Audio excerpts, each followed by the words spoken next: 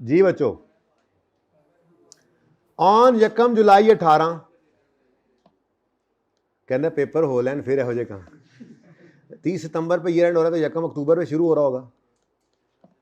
यकम अक्टूबर 17 से 30 सितंबर 18, ये हमारा साल है। ऑन यकम जुलाई 18, ये कहाँ बन रहा है, कहाँ पे, यहाँ कहीं। अच्छा, A sold equipment to P at a gain of, अरे यार ये तो गेन डायरेक्ट ही आ गया, चलो खैर, वर्किंग नंबर 10 बन गई, 11। अच्छा, ए टू पी है, ए टू पी है, बस गेन उसने दे दिया, ग्रॉस गेन, हमारी तो मौज लग गई। कितना, 200 लेस, वही तरतीब, लेस करेंगे डेप्रीसिएशन। बैलेंस शीट में सवाल करवा चुका हूं ये, ठीक है। Remaining life on that date was, यानी कि वही काम चल रहा है जो सुबह वाली क्लास में किया था, कोई नया काम नहीं है, सिर्फ ट्रांजैक्शंस को, यानी ये आज का दिन आपको बुलाना, डबल काम नहीं करवाया, बस जो किया है पीएनएल के पॉइंट ऑफ व्यू से जरा दिखाकर जरा पक्का करवाया, और कुछ नहीं किया। आप ऐसे समझ रहे हैं बोझ डाल दिया आप पे, बोझ थोड़ी डालने के लिए बुलाया था आपको। कहाँ थे जी हम जी, तो 200/8, और हमारे साल के दरमियान कब हुआ है, कब, यकम जुलाई को, तो जुलाई अगस्त सितंबर 3 महीने। अच्छा ये तो इधर है, यकम जुलाई 18, जुलाई अगस्त और 3/12, 6.3 कर लो यार, कुछ तो माफी दिया करो जी। नेट गेन कितना आ गया, अभी सुबह क्या किया था, ऐसे ही 193.7 वाली फिगर जो आई थी बस उसको ले गए थे, नहीं, अगला काम किया था, पीज शेयर 193.7 इंटू 30 है जी, कितना, 58.1। अब ये काम सुबह क्या किया था इसके साथ, हमने कहा था भाई किसने बेचा है, ए ने, किसने बेचा है, ए का प्रॉफिट कहां पड़ा है, सीआरई में, उसको डेबिट कर दो। किसके पास पड़ा है ये, किसने खरीदा है ये, पी ने, तो एसेट्स को कम कर लो। ये तो बैलेंस शीट थी, अब बारी आती है पीएनएल की, डबल एंट्री नहीं सोचनी, अब सुकून से सोचो, किसने बेचा, किसने प्रॉफिट कमाया, तो ये 58.1 की फिगर से क्या कर लो, वही काम जो भी थोड़ी देर पहले किया है, डिक्रीज इन वर्किंग 5.1, डिक्रीज कर लो वर्किंग 5.1 में इसको, ठीक है, किसको, ये 58.1 को, ठीक है।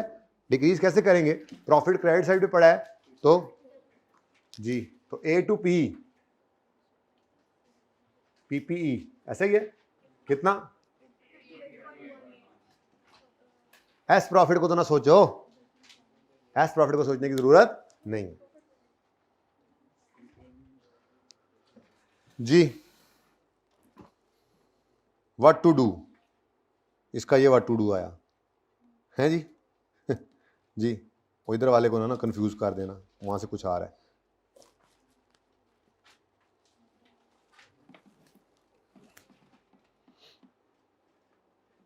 चलें आगे, कोई मसला हो तो बताओ। नंबर 7, ऑन 30 सितंबर 18 साल के आखिरी दिन, it was determine that investment in associate was impaired by 150, of which 50 relates to, सुभान अल्लाह, पीएनएल का सवाल कर रहे हैं ना, तभी ऐसी बात की। अगर बैलेंस शीट का सवाल कर रहे होते तो इस पूरे 150 को पकड़ते, बोलो, consolidated statement of financial position की अगर बात करें तो सीआरई डेबिट, और किसने किसकी इन्वेस्टमेंट है, नहीं किसकी है, पेरेंट की इन्वेस्टमेंट है ना, तो उसी को नुकसान हुआ, तो हमने एंट्री की थी सुबह, in CRE debit investment in associate credit, लेकिन पूरे 150 से करते, ऐसे ही है। लेकिन अगर अभी हम करेंगे पीएनएल का सवाल, तो सिर्फ इस 50 की बात करें, consolidated statement of comprehensive income की बात करें, तो मुझे बताएं कि ये नुकसान हुआ है किस में, इन्वेस्टमेंट इन एसोसिएट इंपेयर हुई है, क्या ख्याल है। अच्छा, अब यहां पर किताबों में दो ट्रीटमेंट्स आते हैं, दोनों ही ठीक है।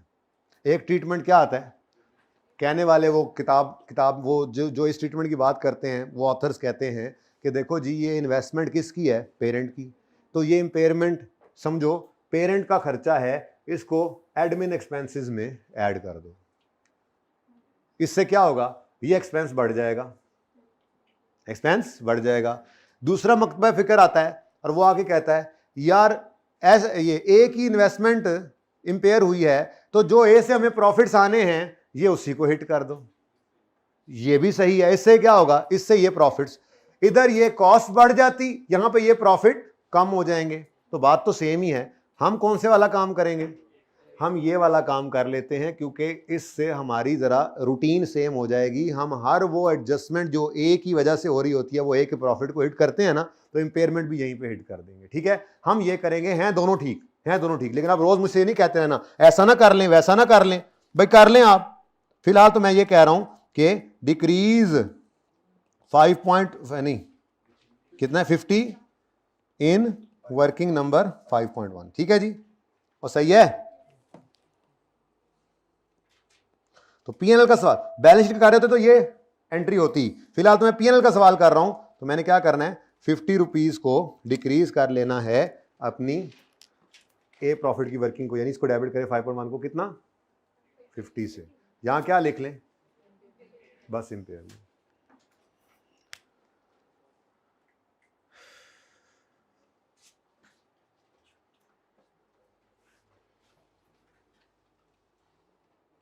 अच्छा जी, आपको एक बात बताऊं, किसी को बताएंगे तो नहीं, प्लीज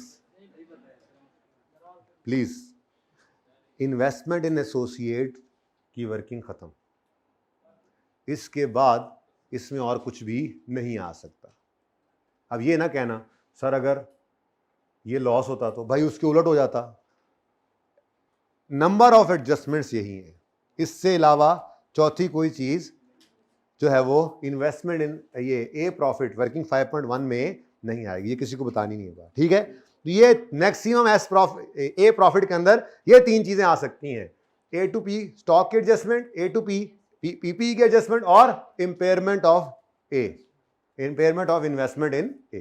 ठीक है, चलो जी आखिरी पॉइंट रह गया, included in other income of P is its share of dividend received from A।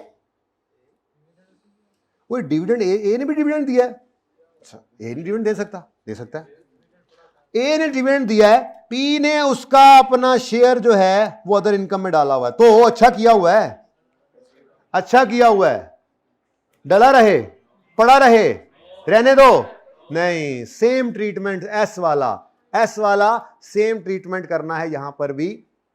उसकी वजह बताता हूं, लेकिन पहले मुझे लिखवा दो जो तरीका जैसे एस के साथ किया था ना, 100% सेम वो ट्रीटमेंट है, पहले वो कराओ, फिर आज दोनों की वजह बताता हूं। ठीक है जी, तो including other income of P is its share of dividend received from A announce N interim dividend of 50। अब ये 50 क्या है, फुल डिविडेंड ऑफ ए।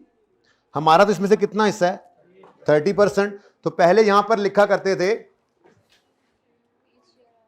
यार फुट नोट की जगह नहीं है दोस्तों, यहां बना दूं फुट नोट, नहीं यहां पे करना है ये जी।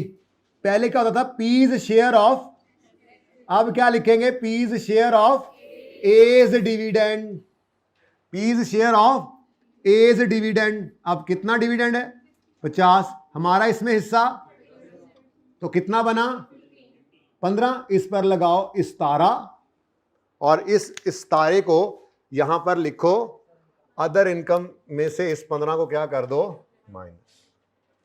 अब आज वजह सुन लो, ये दोनों ही क्यों माइनस होते हैं। अगर दोनों आ जाए, एक सवाल में दोनों भी आएंगे, तो दोनों को यहां से माइनस करेंगे, दोनों में ये वर्किंग करेंगे। उसकी वजह सुनो, हमने एस के सारे प्रॉफिट्स ऐड कर दिए, तो अगर फिर डिविडेंड भी यहां पर रख देते हैं तो ये तो डबल रिकॉर्डिंग होगी, इन्हीं प्रॉफिट्स में से तो बंटवारा हुआ है। तो हम कहते हैं एस सारा ऐड कर दो, लेकिन एस से जो डिविडेंड आया है फिर वो रिकॉर्ड ना करो। ये क्या है, एक्विजिशन मेथड। अब आते हैं आज वाले एसोसिएट पे। हमने एसोसिएट से जो हमारा हिस्सा बनता था वो सारे का सारा, सॉरी मैंने लिखा नहीं, यहां पर एक चीज हमने अभी ऐड करनी है, क्या, शेयर ऑफ, ये अभी जो हमारी वर्किंग 5.1 आएगी, share of profit from associate. ठीक है, ये जो अभी हमारी वर्किंग 5.1 से फिगर आनी है, इसमें सारा कुछ ए से जो हमें आना है वो हमने रिकॉर्ड कर नहीं दिया। तो जब एस से आने वाला पूरा प्रॉफिट ही रिकॉर्ड कर दिया जितना हमें मिलना है, तो तो उसी में से बटा हुआ जो है वो फिर से रिकॉर्ड कर दो, डबल रिकॉर्डिंग नहीं हो जाएगी।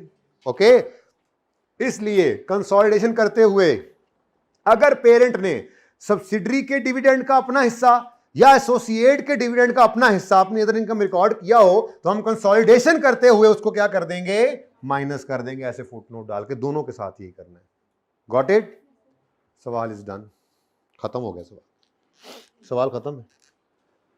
अब अगली बात जो सुबह रिवाइज कराई थी, पहले जरा इसको चेक कर लो कहीं अदर इनकम ही ना आ जाए। चलो जी, सब्सिडरी के बारे में चुप है ना, तो इसको प्रोपोर्शनेट बेसिस पर रखेंगे जी। 5800 तो एनसीआई प्रोपोर्शनेट 5800 का कितना बनता है, 1160। इधर डेबिट और जहां पे क्रेडिट होना है वो मुझे बनाने की जरूरत नहीं है। हाँ जी, सुभान अल्लाह, नेगेटिव गुडविल आ गई जी आज। ये भी आप भूल जाते होते हैं ना, ठीक है। तो ये हमने लिखा नेगेटिव गुडविल जो कि अदर इनकम में हम रिकॉर्ड करेंगे।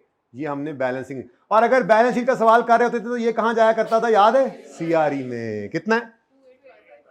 2854। तो ये 2854 की, तो इसलिए वर्किंग वन जरूरी थी, ठीक है जी। तो अदर इनकम में ऐड करो 2854, वर्किंग नंबर 1 का रेफरेंस दे दो। डन जी। अब सचमुच खत्म, ठीक है। अब अगली बात जैसे सुबह सिखाई थी, इस वक्त मेरे 2 अकाउंट्स बैलेंस होने बाकी हैं। पहले कौन सा जरूरी है?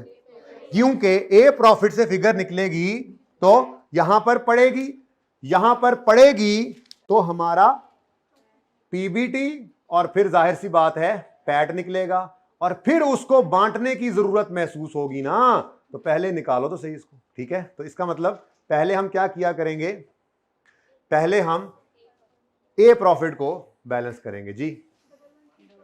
11 3.3, ये जाकर लिखो इधर 11 3.3। डन हो गया। अब कंप्लीट करो, कोई जरूरत नहीं है वर्किंग 5 की अभी तक मुझे, जब तक मैंने पैट ना निकाल लिया तब तक मुझे इस 5.1 की एट्रीब्यूशन के वक्त जरूरत पड़ती है। ओके जी जी, 14,500 60 GP 8440, other income 3489, operating expenses 4400, finance cost 876, ये प्लस शेयर, ये भी प्लस, ये भी प्लस जी, जीरो प्लस 6766.3 कितों आ गया? अच्छा यार जन माफी दे देंगे वैसे, चलो 3 क्या है 6766.3, 1200 माइनस करो, होने 0.3 नाल लगा रहना, 11566 जी, 5566 पॉइंट आप लोगों का 3।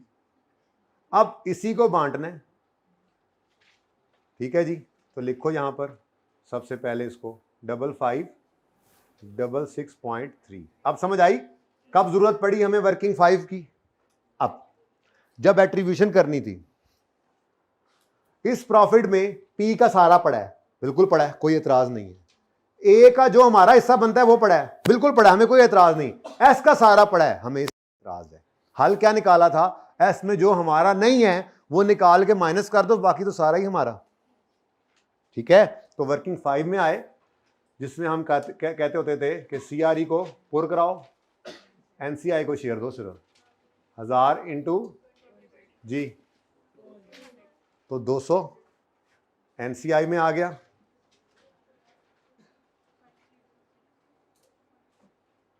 वर्किंग नंबर 5 से, और बैलेंसिंग 53.3, ठीक है जी बच्चों।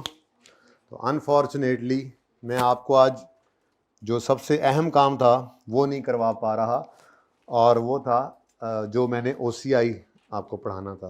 एक फौतगी होगी जिस वजह से मुझे निकलना पड़ रहा है, तो आज के लिए मुझे थोड़ा माफ़ भी कीजिएगा। आपको स्पेशल बुलाया भी सही, और शायद जो है वो थोड़ा सा हक अदा नहीं हो सका।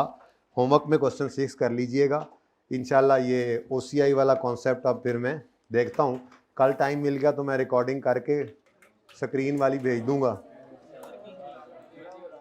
चलें ठीक है, मंडे को करेंगे फिर ओके।